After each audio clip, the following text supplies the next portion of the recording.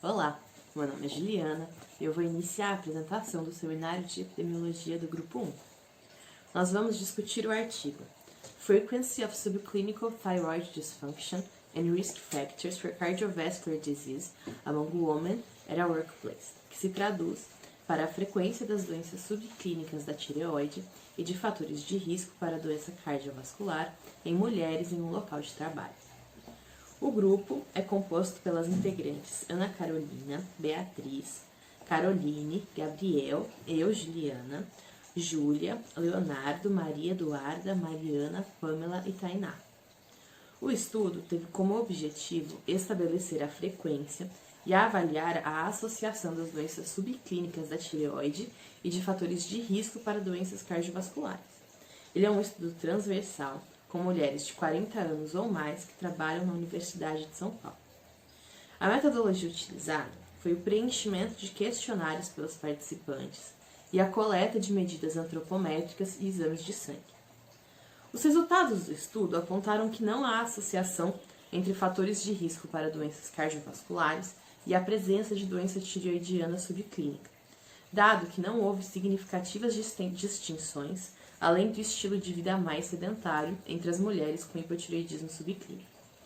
O estudo não obteve diferenças nos fatores de risco sociodemográficos e cardiovasculares entre as mulheres que concordaram em participar e as que não concordaram. Agora, nós vamos apresentar as questões norteadoras para análise crítica do artigo. Qual é a lacuna de conhecimento? A lacuna de conhecimento encontrada no artigo é que o tema não possui conhecimentos anteriores conclusivos. Os estudos feitos anteriormente sobre essa associação são bastante conflitantes. Além disso, os resultados foram diferentes do esperado pelos autores, não sendo capazes de demonstrar diferenças no risco cardiovascular de acordo com as funções tireoidianas. A inconclusão de resultados dentro da pesquisa também pode ser considerada uma lacuna de conhecimento, o que faz com que o estudo realizado não fosse tão claro e objetivo. B. Qual é o desenho do estudo? O estudo é um estudo transversal, também chamado de estudo de prevalência por causa da sua medida de frequência. Em um estudo transversal, as informações são coletadas de cada indivíduo em um ponto só no tempo. Eles podem ser descritivos, que são usados para a coleta de informações sobre a frequência e a distribuição de variáveis relacionadas ao processo de saúde e doença, ou analíticos, que são realizados para investigar a associação entre exposição e efeito. C. Considerando o tipo de desenho, quais os principais vieses? O viés de seleção, quando ocorre um erro na forma de recrutamento dos indivíduos ao estudo e leva a uma não representatividade da população. O viés de aferição ou avaliação, quando há ausência ou imprecisão do evento, e o viés de confusão ou confundimento, quando não há comparabilidade entre as populações expostas e não expostas. D. Há erros aleatórios? E de que natureza? Ordem. O que os atores fizeram para controlá-los? Os erros aleatórios, eles são inerentes a todos os estudos epidemiológicos, e só é possível atenuá-los. Eles são ocasionados principalmente por variação biológica individual, por erros de medida e por erros de amostragem. Nesse artigo, esses erros aleatórios eles são acentuados por alguns fatores na construção do estudo. No estudo são utilizados questionários sobre as características sociodemográficas e sobre a morbidade para doenças cardiovasculares. E essas questões são autorrelatadas nesses questionários. E tudo que é autorrelatado, a gente tem uma chance de um erro, porque o pesquisador ele não tem controle da veracidade desses fatos relatados pelos participantes. Essa veracidade ainda ela pode ser influenciada pela falta de privacidade no momento da resposta a esse questionário. E o artigo ele não descreve como é o ambiente da aplicação, dessas questões. Os erros de amostragem, eles ocorrem principalmente pela falta de representatividade da amostra. E nesse estudo, eles são potencializados pelo baixo número de participantes e pela grande porcentagem de não respondentes, Soma-se a isso o uso da amostra por conveniência, onde os participantes foram os que aceitaram fazer a parte no estudo, e não houve uma amostra aleatória probabilística de base populacional nesse estudo. As medidas que os autores dizem ter tomado para controle desses erros aleatórios foram o uso de técnicas padronizadas de coleta dos dados antropométricos, mas que não são descritos com mais afinco do estudo, quais são esses padrões, né? E eles fazem um cálculo do tamanho amostral necessário, mas ainda muitas questões ficam pendentes. E há erros sistemáticos de que natureza e ordem? O que os autores fizeram para controlar tais vieses? Bom, o erro sistemático ele ocorre quando os resultados eles diferem de uma maneira sistemática dos valores verdadeiros. A natureza de um erro sistemático é composta pela análise errônea da amostra, levando em consideração partes muito gerais, deixando passar fatores importantes e usando uma escala que às vezes é inadequada ou insuficiente.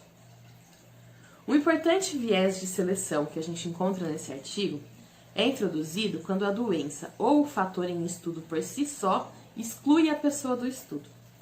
Nesse estudo, as mulheres que tivessem qualquer diagnóstico ou tratamento prévio para disfunção tireoidiana, assim como as que tivessem casos de hipertireoidismo ou hipotireoidismo com manifestação clínica, foram excluídas da análise que foi feita nesse estudo.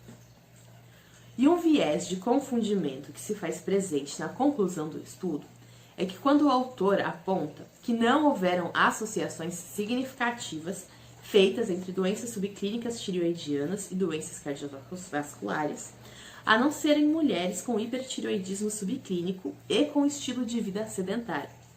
No entanto, sabe-se que o sedentarismo é um fator de risco para doenças cardiovasculares. Logo, mulheres sedentárias com ou sem doenças subclínicas tireoidianas têm mais chance de apresentar esse fator de risco. Agora eu vou passar para o Gabriel, que vai continuar as questões norteadoras do estudo.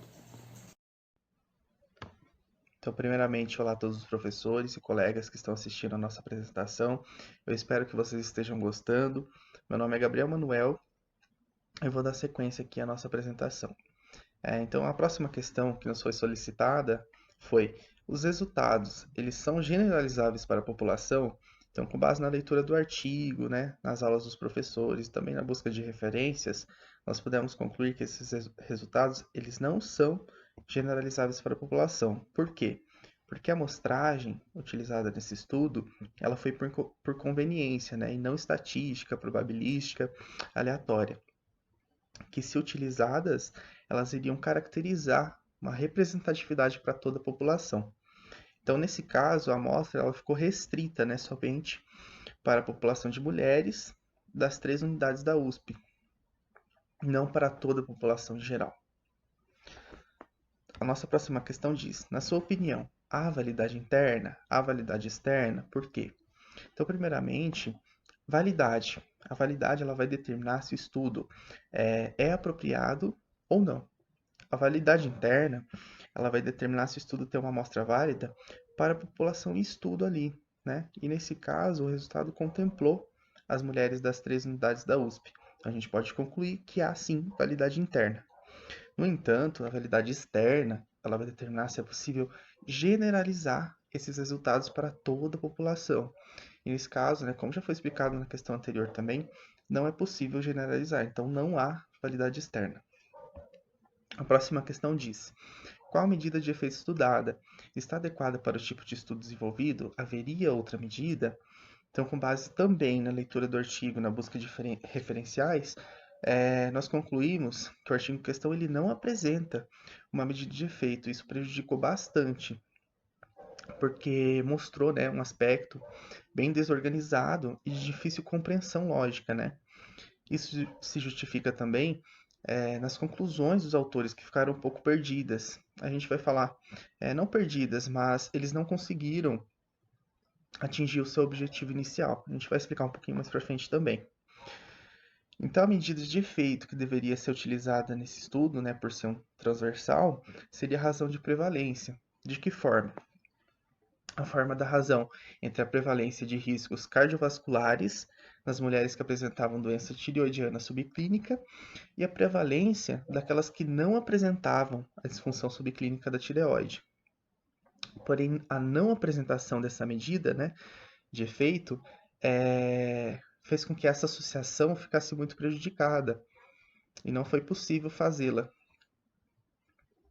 A nossa próxima questão diz: nesse tipo de estudo, é possível fazer inferências quanto à causalidade? Por quê?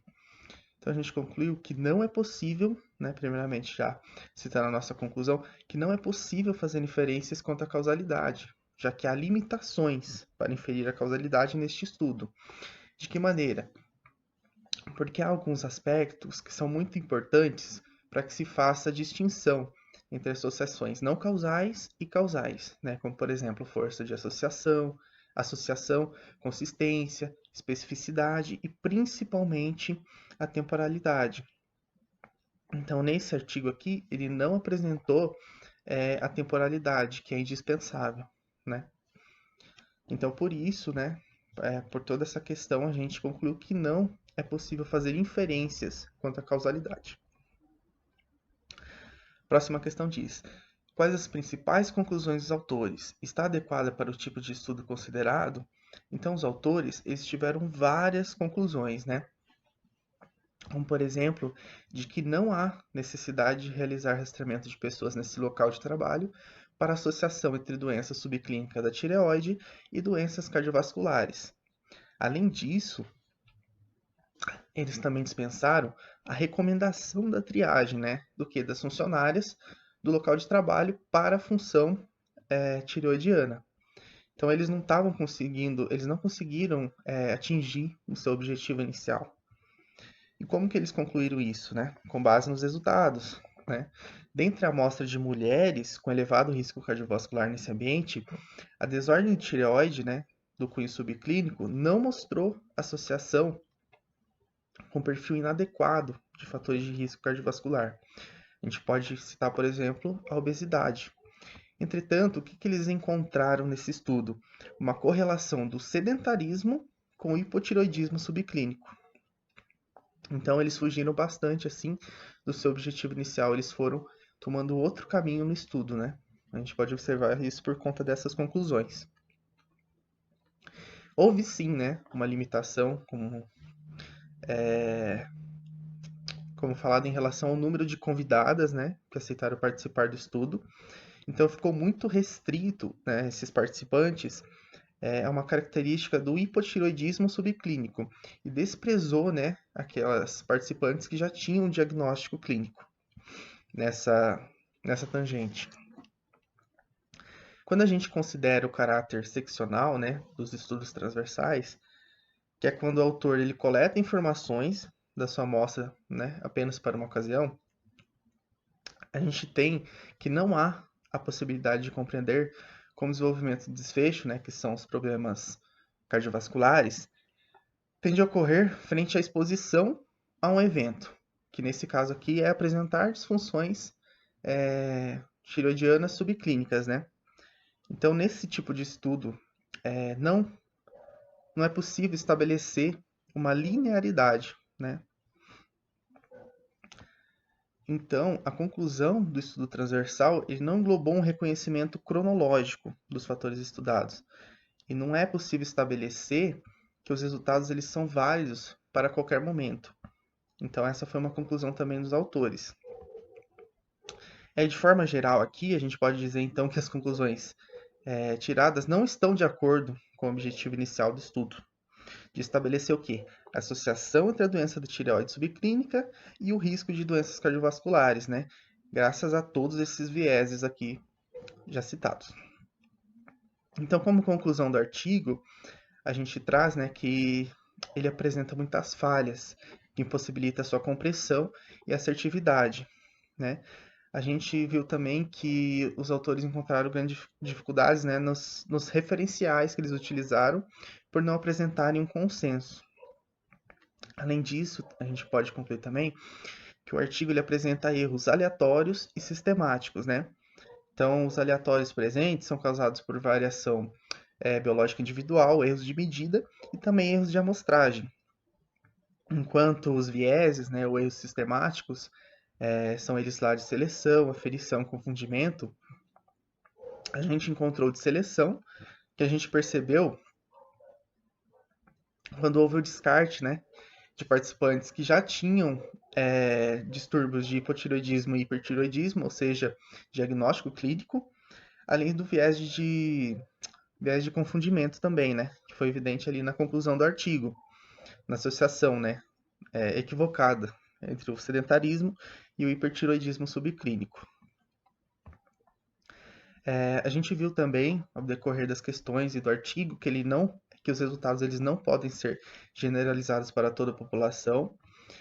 A ausência de uma medida de efeito é um problema, a gente falou por quê também. Pela conclusão dos autores, então, não é necessário realizar o rastreamento de pessoas nesse local de trabalho para associação entre doença subclínica da tireoide e doenças cardiovasculares. Então, de uma forma geral, o que a gente pode concluir, né? Que o estudo transversal ele possui baixo valor analítico e as conclusões dos autores não estão de acordo com o objetivo inicial do estudo. Então, eles foram tomando um outro caminho no estudo, eles não conseguiram chegar ao objetivo inicial, que era de relacionar aqueles dois aspectos. Então, acredito que o que nós queríamos trazer para vocês seria isso. Eu agradeço muito pela atenção e desejo aí um bom dia, uma boa tarde e uma boa noite para todos vocês.